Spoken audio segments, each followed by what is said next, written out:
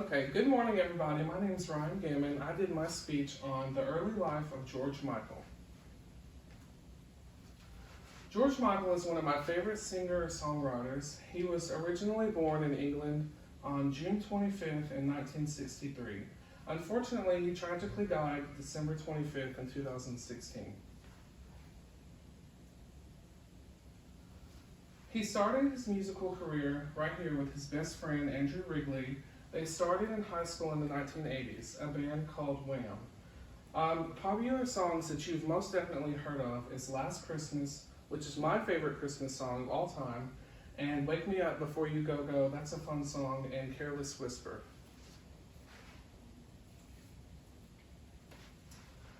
After a few years, he decided that he wanted to become a solo artist. He pushed a lot of boundaries with his music and his music videos. Some of his controversial songs, such as the one called Outside, he was actually inspired to do this song because he was arrested for being caught doing something inappropriate in public. The officer who arrested him actually tried to sue him for defamation of character because, he's famous, so the word got out of who the officer was.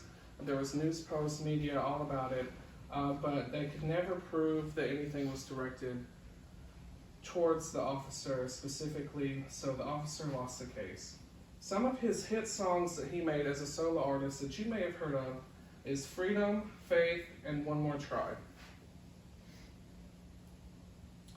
If you look at this graph right here, you can see that when he passed away, his net worth was $200 million. In record sales during his lifetime, he had over 100 million record sales during his career.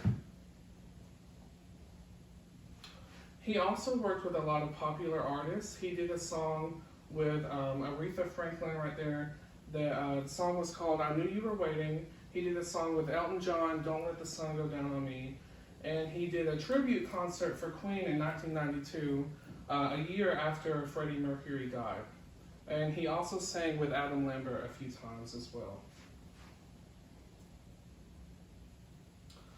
During his early personal life, George Michael didn't come out as a homosexual until 1998. So during this time, it was less unheard of for somebody to be public about that aspect of their life. If you look right here, his first boyfriend, Anselmo Felipa, was diagnosed and died due to AIDS in 1993. It was very tragic for George because he wasn't public during this time with his relationship, so not a lot of people knew. His family didn't even know. So there was one instance when he spoke about in his documentary that he was at a family event, and the whole time he was just worried because he knew that his boyfriend probably wasn't going to make it much longer.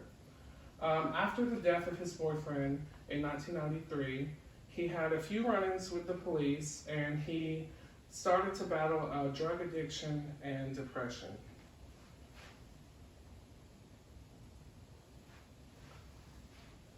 Towards the end of his life, he was able to come out and be more public with his next relationships, and he was able to find love again.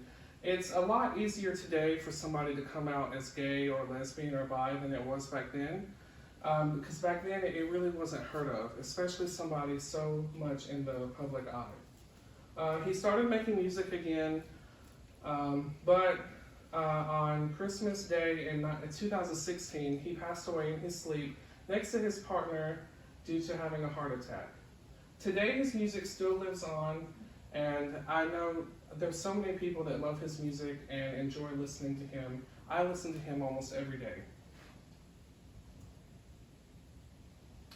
Right here are my sources.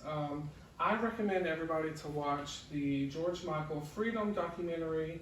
It was released in 2017, and it was directed by David Austin. If you look right here, these are the sources for my images. Thank you.